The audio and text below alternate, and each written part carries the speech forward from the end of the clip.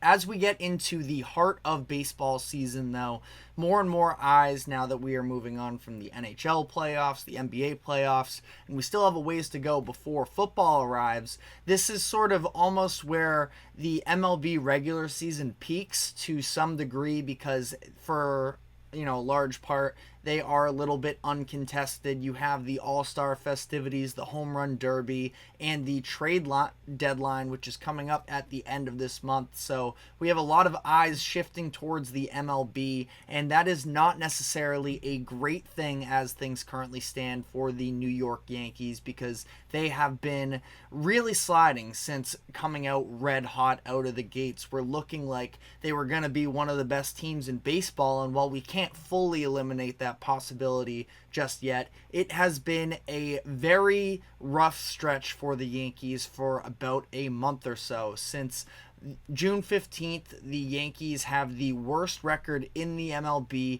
at 5-15.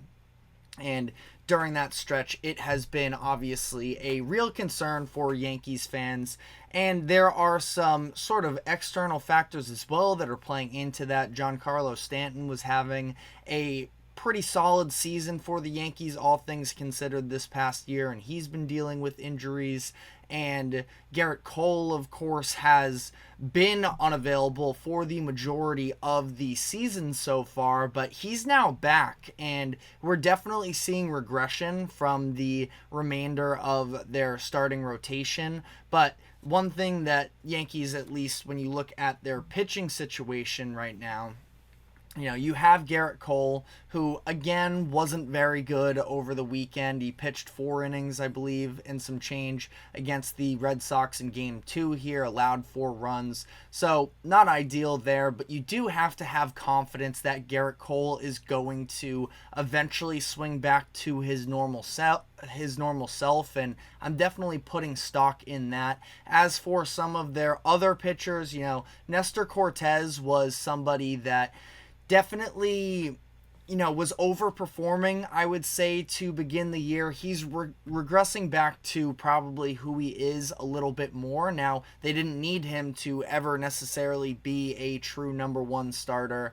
So that is obviously something that, even though, yes, Cortez has not looked his best, it is still, at least, you have some makeup room there where you have reinforcements coming. I know that Garrett Cole is actively back now, but he's still not fully Garrett Cole just yet. And Luis Gil is a very interesting conversation because he is at the forefront of the American League Rookie of the Year race, and the past 3 starts before this past weekend were really rough for him, where I believe his ERA, and again, we're talking about a small sample size in 3 games started there, but I'm pretty sure his ERA was up to over 15 or something along those lines. It was over 14 in his last 3 starts headed into the weekend. Now, he was, I think, excellent during Sunday night's game, and that's something that you definitely have to understand, that, Gil as a rookie is going to have his highs and lows naturally. That, he was, you could try and at least make the argument a little bit. He was hovering in the range of Cy Young in the AL, just considering, all of the top guys that we would typically expect to be in that race were dealing with injuries. Now, again, I think that Gil, with that rough stretch that he had, dips him out of that conversation, but that wasn't obviously the expectation, and anything positive you can get out of Gil is something that you think you can really build on. So I don't have concerns with the starting rotation. Maybe you have some issues with Clay Holmes, who was just selected to be in the All-Star game, but not somebody you necessarily feel great about. He was incredible at the beginning of the year as well.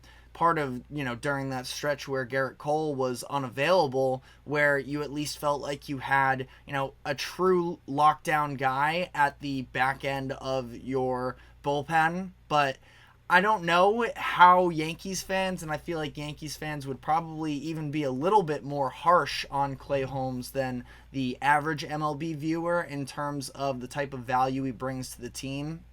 He's not going to be, a true, no sweat shutdown closer, but he is still a very valuable piece for them, and going to be curious to see whether or not they do feel like it is sustainable headed through the rest of the season, considering, especially in those high leverage situations late in games, it is definitely a mental battle. And that's one thing that if Holmes doesn't have the support of Yankees fans, it gets a little bit dicey. But again, I wouldn't overreact to that. My number one thing, though, with the Yankees is the fact that their offense was massively overperforming to start off the year. Now you have Aaron Judge and Juan Soto, who undisputably, maybe the best two-man tandem in the MLB in terms of batting. And I'm sure there are members of the Los Angeles Dodgers who would like to have a conversation in that. But, Judge and Soto are, on that elite tier.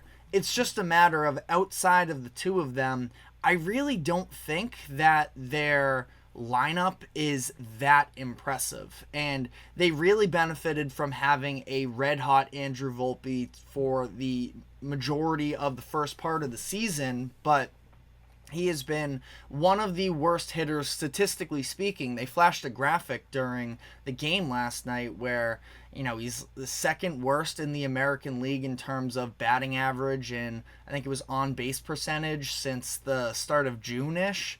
He has been really, really struggling as of late. Alex Verdugo, another player that came out of the gates really hot for him, fired up to be in this new environment, playing for the rival of the team he had just spent the past few years with, and had a little bit of an iffy relationship with the Red Sox, but both of those guys have came crashing back down to earth. Now, the overall numbers don't actually look all that bad, and that's because I don't think either of these players are bad. The way that they're so underperforming right now, I think that you have to put stake in that bouncing back a little bit as well, probably towards where their current averages are. But they were never going to be players that you could consistently rely upon. And headed into the season, I actually had the Yankees outside of the playoff race, and I was feeling like a massive idiot for the first couple months. And, it was a lot of the concerns that I had with the Yankees then, I am still feeling now at this point in terms of outside of Judge and Soto, like how many of those players that are in the lineup do you feel great about as they are really good offensive producers for us? And I just don't think there are many options there. Again, Stanton will have to see what version of himself he is when he comes back, but he's been pretty impressive for the most part, at least, with his standards in terms of where he's been the past couple years, hitting 250 right now and 260 at bats. That's a pretty good mark for him, alongside with the fact that he does still have the power of 18 home runs in the 69 games that he's played. So, that's somebody who is absolutely going to make a difference for them, at least to some degree. But again, I don't really feel great about this lineup outside of that whatsoever. Now, you think that maybe you can get some sort of backup down the line with Dominguez, their number one prospect, that I want to say he's dealing with some injuries, which is part of the delay in him being called up full time for them. So maybe that emerges as somebody who can be a staple of their lineup. Who knows what they have with this Ben Rice kid, who of course hit 3 home runs on Saturday against the Red Sox. I mean, that's quite the way to, really establish yourself in Yankees Nation there.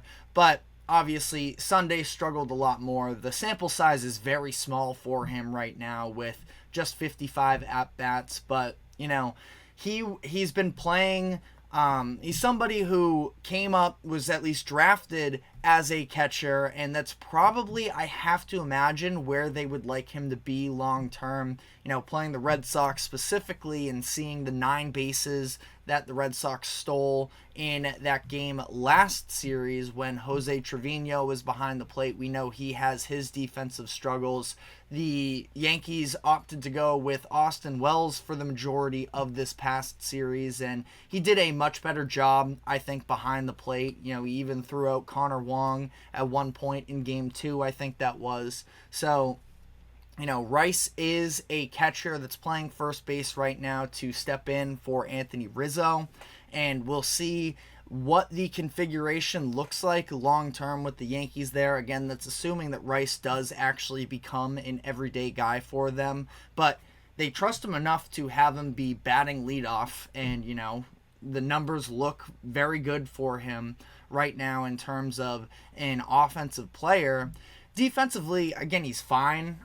There was that ball that was thrown away on Sunday night when Heel tried to go to him at first base, but that was far more on Heel and the throw there than it was, in my eyes, to Rice and the catch. But just the day prior, he had a little bit of issues with a grounder situation. So, again, I'm going probably too long here on Ben Rice, but somebody that I do feel like could kind of take over long term as the catcher for them that I would feel decent about.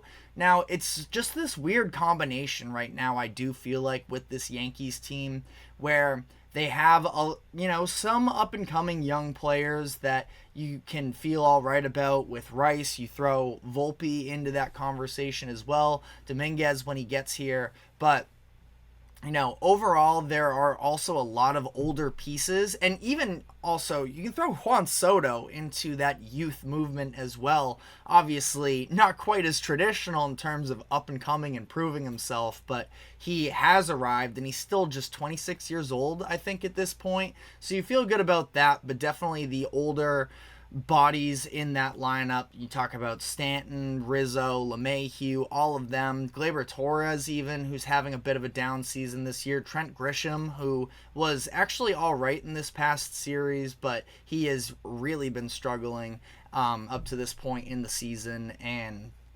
the Yankees are in this weird spot where they're probably going to marginally buy at the deadline. The issue is they have so much money that they're going to have to dish out to Soto this offseason that if I'm a Yankees fan, I'm probably not getting my hopes too high on what types of moves the Yankees are going to move at this deadline in a seller's market. But we'll have to see. Ultimately, in terms of how real is the concern with the Yankees, I would say it's real in the fact that if you were caught up in the Yankees being the best team in the MLB for the first couple months, I would absolutely recalibrate expectations. The Yankees should be a playoff team in terms of having the worst record in the league through this stretch from mid-June. I wouldn't necessarily, go that far. The Yankees should be better than the teams that are behind them in the current playoff race, where, they're still very much in play. I don't think they're catching the Orioles. The Orioles are just continuing to take off here. But, behind them right now for those wild card spots are the Twins, the Red Sox, the Royals, and the Astros are really the teams that are in the conversation.